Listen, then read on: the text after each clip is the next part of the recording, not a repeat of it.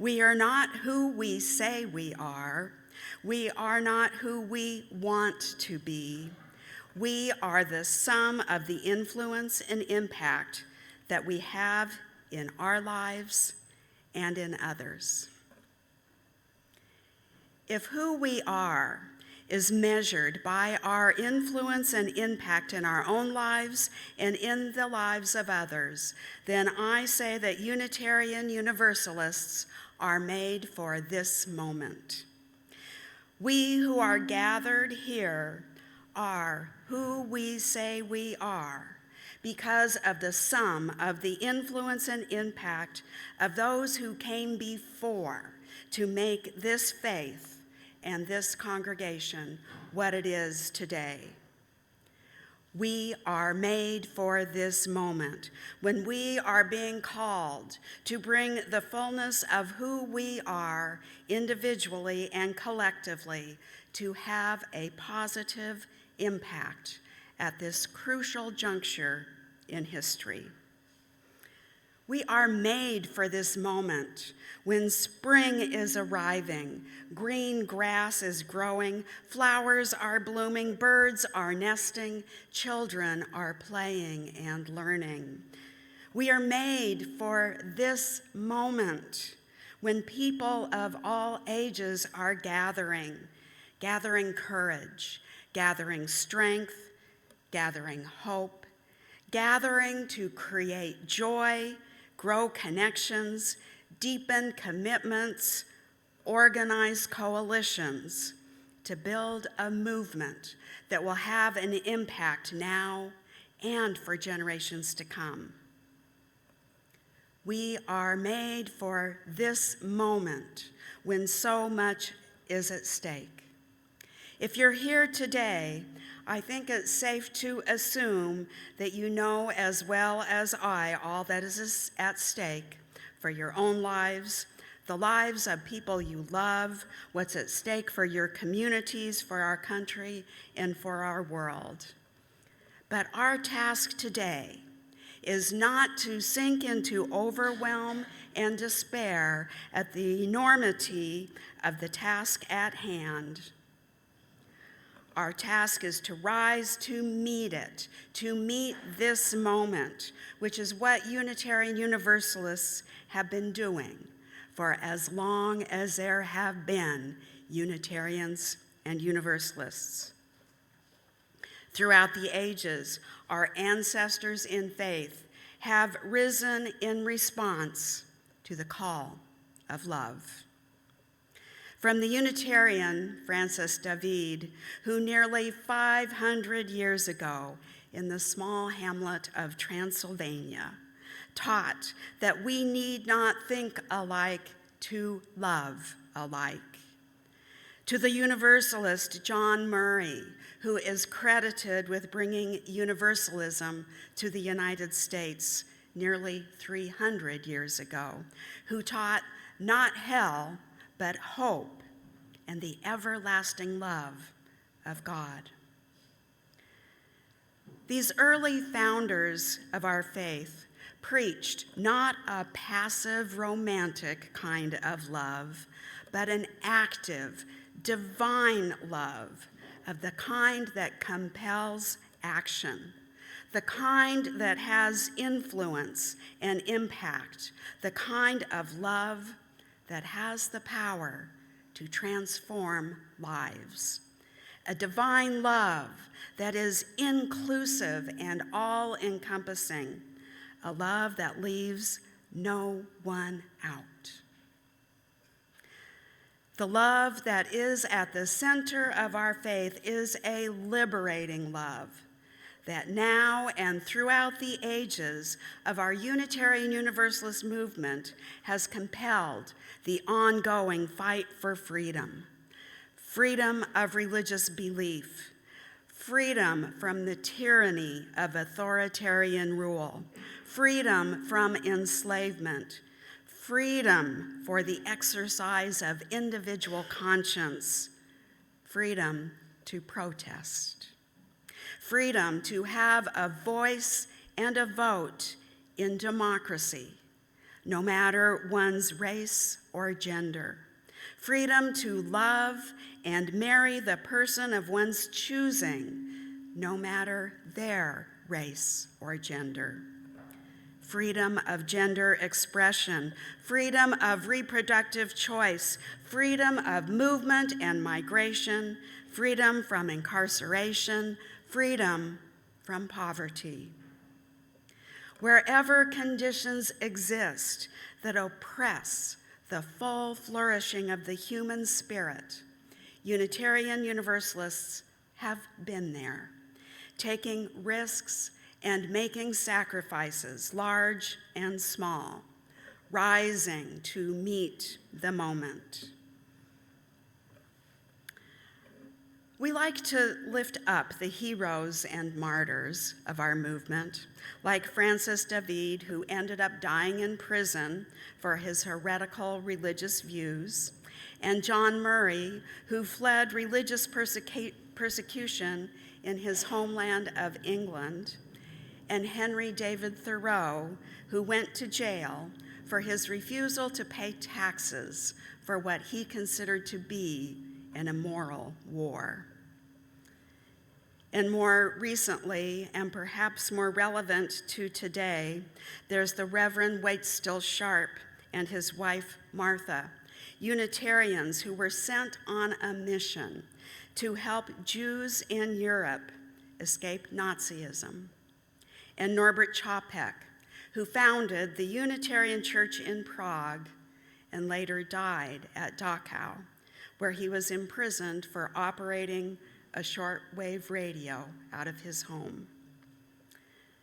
More recently still were two Unitarian Universalists, the Reverend James Reeb and laywoman Viola Luzo, both of whom died while in Selma to march with Dr. King during the Civil Rights Movement. Another Unitarian Universalist woman, Hillary Goodridge, brought the lawsuit that ultimately resulted in same-sex marriage being the law of the land today. I could keep you here all day naming heroic Unitarian Universalists, along with those who founded civic, humanitarian, and educational organizations like Clara Barton, who founded the Red Cross. And this list could be inspiring, but it would miss the thousands of people who answered the call to justice and freedom with small but necessary acts of love, making phone calls, organizing meetings, writing letters and emails, writing checks. Now, I know we don't write checks today, but I think you get my point. Writing checks, preparing meals, offering transportation, making posters and signs, showing up at marches, protests, and town hall meetings, providing shelter and sanctuary, keeping the home fires burning, feeding, teaching, and caring for children, keeping the faith alive through worship, prayer, and spiritual practice. There are as many ways to meet the moment as there are people. Every action taken in the spirit of love matters.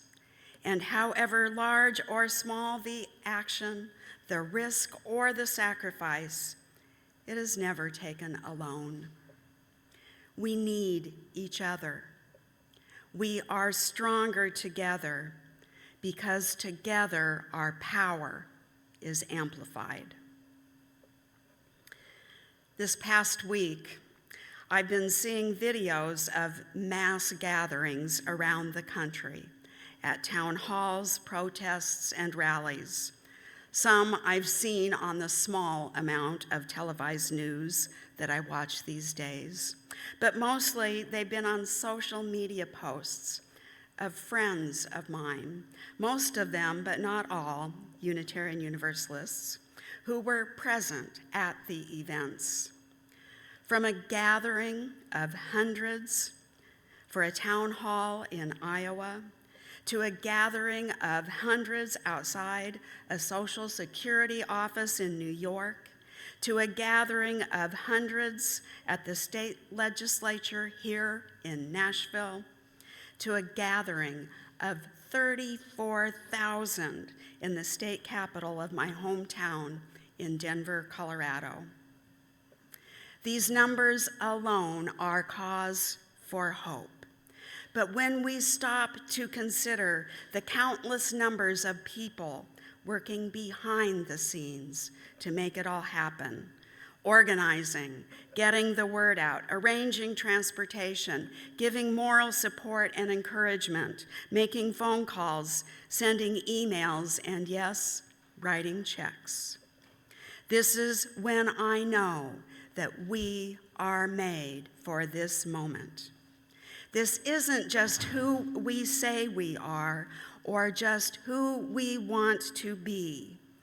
This is who we are when we answer the call of justice, the call of freedom, the call of love. We are made for this moment because of those who answered the call before us here in Nashville.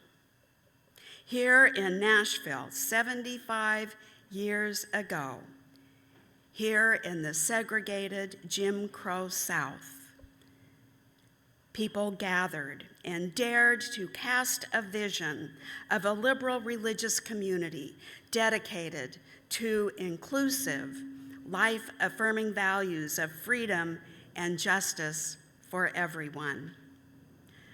I could keep you here all day listing the ways that this congregation has lived into this vision over the past 75 years, which would be inspiring, but I'll name just a few.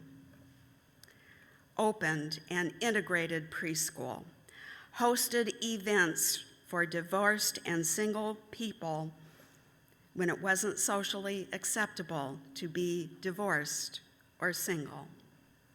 Hosted women's dances when it wasn't socially acceptable in the wider community for women to dance with women. Started an interweave group as a safe place for people who are gay, lesbian, bisexual, and transgender to gather. Started teaching our whole lives, lifespan sexuality education that is age appropriate, biologically accurate, and values-based. Partnered with community organizations, Habitat for Humanity, Room in the Inn, Safe Haven, supported local immigrant rights groups, hung a Black Lives Matter banner, and put it back up every time it was vandalized. And then backed it up with commitments to the ongoing work needed to end racism. Helped to found NOAH, Nashville Organized for Action and Hope, which in my experience is the most effective congregation and community-based organizing group that I have ever been a part of. You all helped to start that. You started a trans-affirming collective to support and advocate for trans folks and their allies. And you've recently started an immigrant justice team to protect and support immigrants in our community. All of this and more, plus vibrant worship each Sunday, supported by a vibrant music program, religious education and faith formation for all ages, which includes book groups, covenant groups, sharing circles, men's group, children's religious education, youth group, and various classes and workshops throughout the year. Ongoing social justice teams, weekly Wednesday night potlucks, and periodic special events, concerts, and lectures.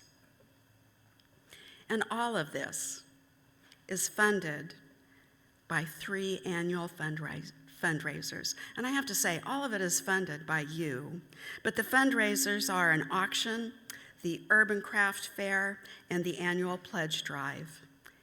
In other words, everything that happens here is because of the voluntary generosity of all who make the First Unitarian Universalist Church of Nashville their spiritual home.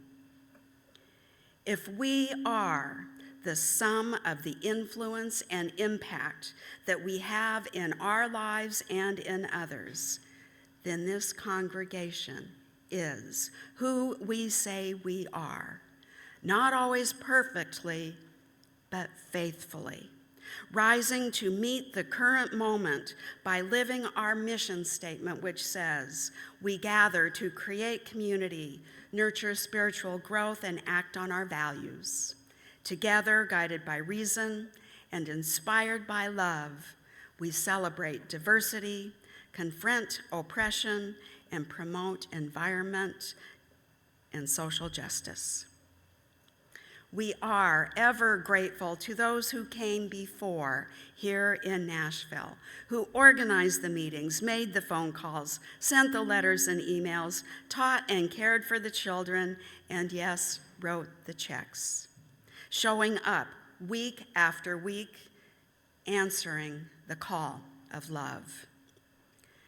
We are made for this moment because of those who came before us, to build the classrooms and playgrounds where our children are now learning and playing, to build the sanctuary where we now gather, to plant the grass and the flowers and the trees that are growing around us, and to plant the seeds of faith, so that the legacy of a liberal religious community dedicated to inclusive, life-affirming values of freedom and justice for everyone will flourish now and into the future.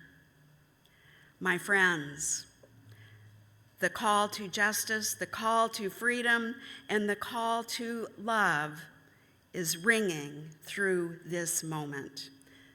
Will you answer the call? Okay, I'm going to help you answer the call. I think that was a silent yes, but I want to hear more. So will you, in answering the call, repeat after me? We are made for this moment. May it be so. Amen, and blessed be.